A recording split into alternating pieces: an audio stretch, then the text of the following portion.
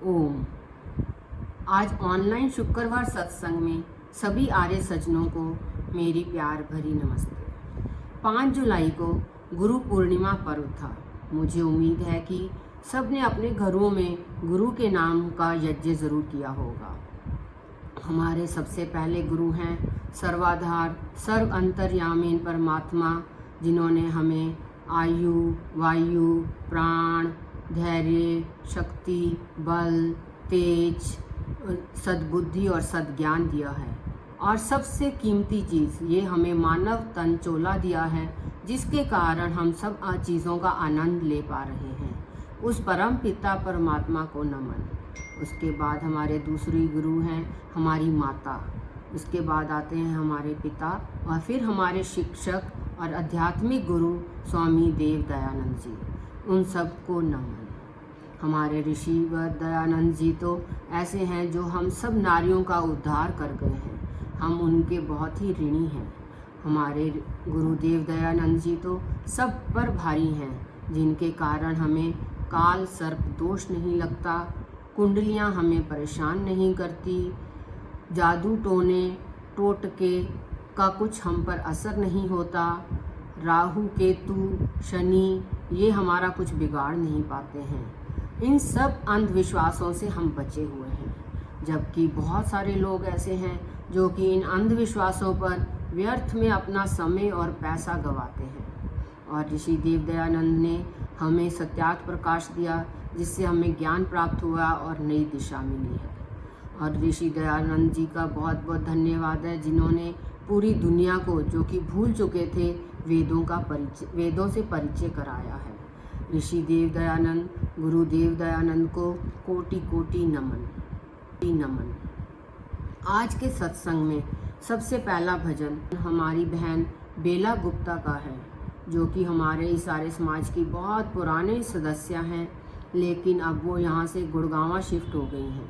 मुझे उम्मीद है कि वे हमेशा हमारे साथ इसी तरीके से जुड़ी रहेंगी। बेला बहन, आपका धन्यवाद। उसके बाद भजन एक हमारी वेस्ट पंजाबी बाकी बहन मधु खेड़ा जी का है, जो कि वैसे तो रेगुलर हमारे आर्य समाज नहीं आती, मगर विशेष हर कार्यक्रम में पूरी श्रद्धा से भाग लेती हैं और वे बहुत ही मधुर और ओजस्वी गाती हैं। आप सब मधु जी के मधुर भजन का आनंद लीजिए। मधु बहन, आपका धन्यवाद। उसके बाद डॉक्टर राजेंद्र कुमार जी, आप सब जानते हैं उनको। वो भी सुंदर विहार से छोड़कर अभी द्वारका में शिफ्ट हो गए हैं, मगर अधिकतर वे रेगुलर सपत्नी आते रहते हैं और हमें उनकी कमी नहीं खलती। इससे डॉक्टर साहब का बहुत बहुत धन्यवाद। आशा है कि आप सब लोग अपने घरों में स्वस्थ हैं, खुश हैं और अपने परिवार के साथ सेफ हैं। अभी मैं आप लोगों के लिए एक भजन सुना रही हूँ। मेरी रसना से प्रभु तेरा नाम निकले, हर घड़ी हर पल ओम नाम निकले। मेरी रसना से प्रभु तेरा नाम निकले, हर घड़ी हर पल ओम नाम निकले। तेरी भक्ति के गीत प्रभु गाया करूं, हृदय को मैं शुद्ध बनाया करूं। तेरी याद में सुबह और शाम निकले, हर घड़ी हर पल ओम नाम निकले। मेरी रसना से प्रभु तेरा नाम निकले, हर घड़ी हर पल ओम नाम निकले। मैं तो ओम ही ओम प्रभु ध्याया करूं, सच्ची श्रद्धा के दीप जलाया करूं। तेरी मस्ती में दिन और रात निकले, हर घड़ी हर पल ओम नाम निकले। मेरी रसना से प्रभु तेरा नाम निकले, हर घड़ी हर पल ओम नाम निकले। मन मंदिर में जोत जगा दे ना, अंधकार का आवरण हटा देना। तेरे ध्यान में उम्र तमाम निकले, हर घड़ी हर पल ओम नाम निकले। मेरी रसना से प्रभु तेरा नाम निकले, हर घड़ी हर पल ओम नाम निकले। रोम रोम में ओम बसाऊं मैं, शुभ कर्मों की भेंट चढ़ाऊं मैं। ओम जपते ही अंतिम श्वास निकले, हर घड़ी हर पल ओम नाम निकले। मेरी रसना से प्रभु तेरा नाम निकले, हर घड़ी हर पल ओम नाम निकले। Thank you. सबको सादर नमस्ते जी। मैं एक गीत प्रस्तुत कर रही हूँ महर्षि दयानंद के नाम। ऋषि कौम का रहनुमा बन के आया, ऋषि कौम का रहनुमा बन के आया। दुखी बेबसों का, दुखी बेबसों का सखा बन के आया, ऋषि कौम का रहनुमा बन के आया। अंधेरों ने काबू किए थे उजाले, लगाए हुए थे दिमागों पे ताले। खुली रोशनी का दिया बन के आया, ऋषि कौम का रहनुमा बन के आया। निराशा के बादल हवा बन उड़ाए, उम्मीदों के फिर से चमन मुस्कुराए। सुहाने सफर की, सुहाने सफर की सबा बन के आया, ऋषि कौम का रहनुमा बन के आया। गुलामी के दिन थे, गुलामी की रातें, गुलामी के धंधे, गुलामी की बातें, गुलामी पे कहरे खुदा बन के आया, ऋषि कौम का रहनुमा बन के आया। यतीमों के जख्मों पर मरहम लगाया, तड़पते दिलों को दिलासा दिलाया। पथिक दर्द दिल की, पथिक दर्द दिल की दवा बन के आया, ऋषि कौम का रहनुमा बन के आया। दुखी बेबसों का, दुखी बेबसों का सखा बन के आया, ऋषि कौम का रहनुमा बन के आया, ऋषि कौम का रहनुमा बन के आया, ऋषि कौम का रहनुमा बन के आया। धन्यवाद जी। मैं डॉक्टर राजेंद्र कुमार द्वारका से आपको यथा योग्य अभिवादन करता हूँ। आज थोड़ी चर्चा हम जो मेरे मन में एक विचार आया उस पर हम करेंगे। वैसे तो आप लोग सभी लोग जानते हैं, डर, एक डर बड़ा कॉमन सा शब्द है जिसे हम बचपन से सुनते चले आ रहे हैं। डर किसी तरह का भी हो सकता है।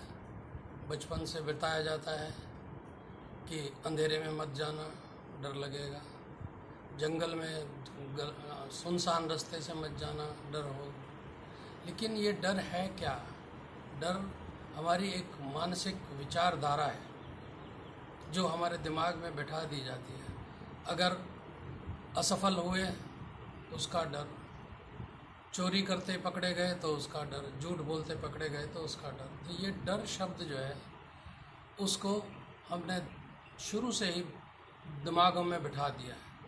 तो डर वास्तव में एक अनुभूति है, एक विचारधारा है, एक नेगेटिव सोच है जिसकी वजह से हम उस कार्य से नहीं डरते लेकिन उसके हम परिणाम से डरते हैं। जैसे कि चोर चोरी करने से नहीं डरता, चोरी करने के परिणाम से डरता है। विद्यार्थी नकल करने से नहीं डरता लेकिन नकल में अगर पकड़ा गया तो उससे डरता है। इसी तरह डर जो है वो कहाँ से आता है, कैसे आता है?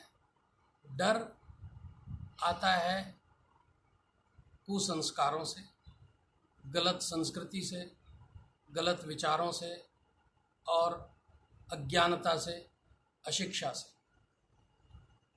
तो इन सब चीज़ों को अगर हम बचपन से ही सुधार करें तो शायद ये डर नाम का जो भय या जो भी आप इसको नाम दें वो हमारे जीवन में नहीं रह सकता। तो इन सब में एक बड़ा भारी भय होता है मृत्यु का भय। मृत्यु शब्द सुनते ही सभी लोग, बड़े हों छोटे हों, भयभीत होने लगते हैं। यदि आप किसी को बोल दो कि आप फलां दिन आपकी मृत्यु हो जाएगी, वो हो या ना हो लेकिन उसके भय से वो बीमार ज़रूर हो जाएगा और मृत्यु के नज़दीक पहुंच जाएगा। तो मृत्यु से डर क्यों लगता है? ये भी हमारे संस्कारों और अज्ञानता और अशिक्षा का प्रभाव है। यदि हम शुरू से ही बच्चों को, उनकी जिज्ञासा को सही तरीके से, सही ढंग से उनकी जिज्ञासा अगर हम दूर करते हैं तो उनमें ये डर नहीं होगा।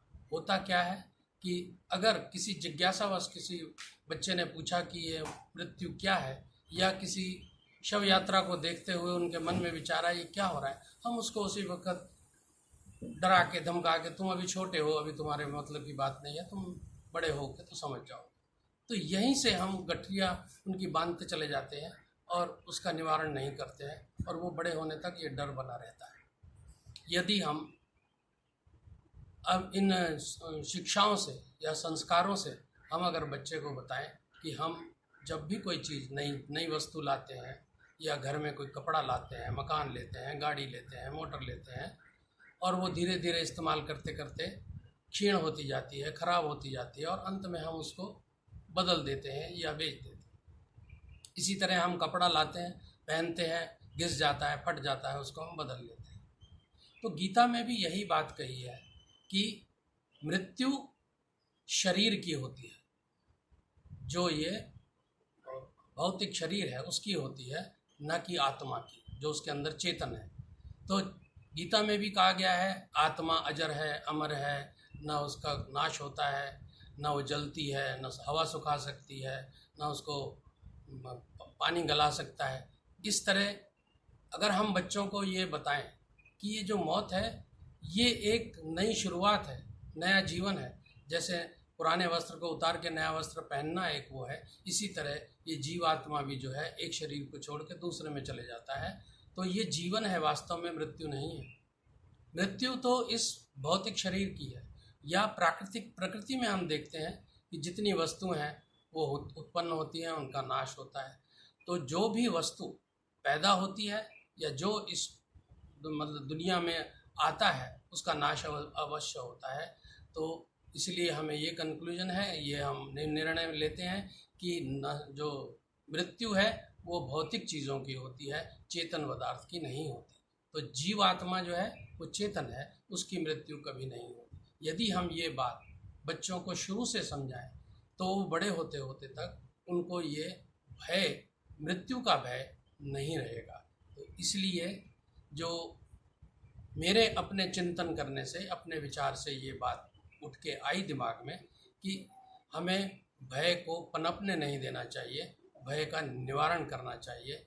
तो उससे हम खुद भी और बच्चे भी इस भय से दूर रहेंगे।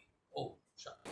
ओम नाम मधुर नाम गाए जा रे, प्राणी बोल के रस खोल के, मस्ती में गाले प्रेम निभाले, अनमोल जीवन सफल बना ले।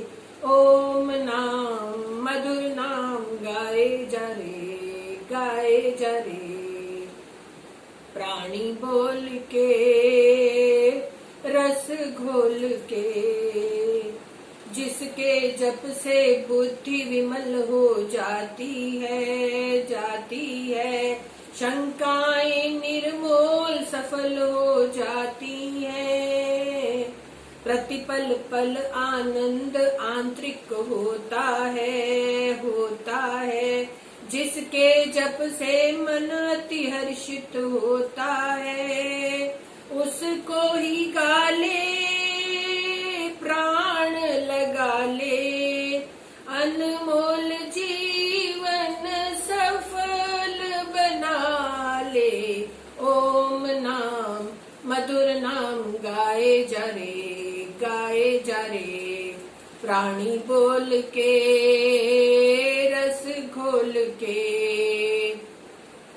जो अनुपम ब्रह्मांड की रचना करता है, जो प्रियतम प्राणी सफल दुख हरता है, देश भक्त प्रभु भक्त ही जिसको प्यारा है, निर्बल दुखियों दीन का एक सहारा है, उसको ही ध्याले प्रीत निभाले, अनमोल जीवन सफल बना ले। ओम नाम मधुर नाम गाए जा रे, प्राणी बोल के रस घोल के, जिसकी जगमग ज्योति मान्य नभ मंडल है, जो अनुपम आनंद इष्ट मन निश्चल है, यथा योग्य कर्मों का जो देता फल है, निराकार निर्लेप निरंजन निर्मल है, उसको मना ले दिल में बसा ले, अनमोल जीवन सफल बना ले।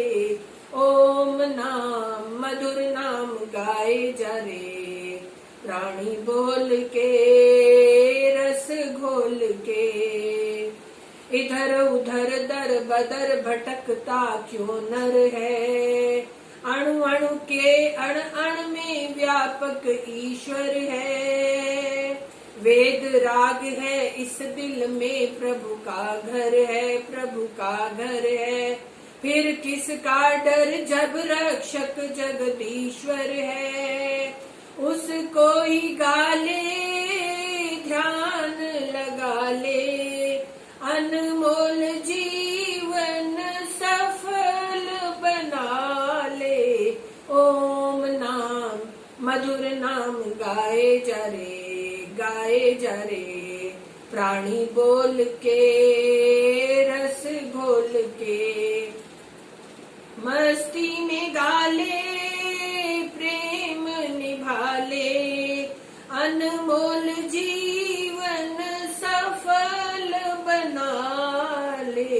ओम नाम मधुर नाम गाए जा रे, प्राणी बोल के। आप सब अपने घरों में ही रहें, खान पान का ध्यान रखें, हंसते रहें, मुस्कुराते रहें।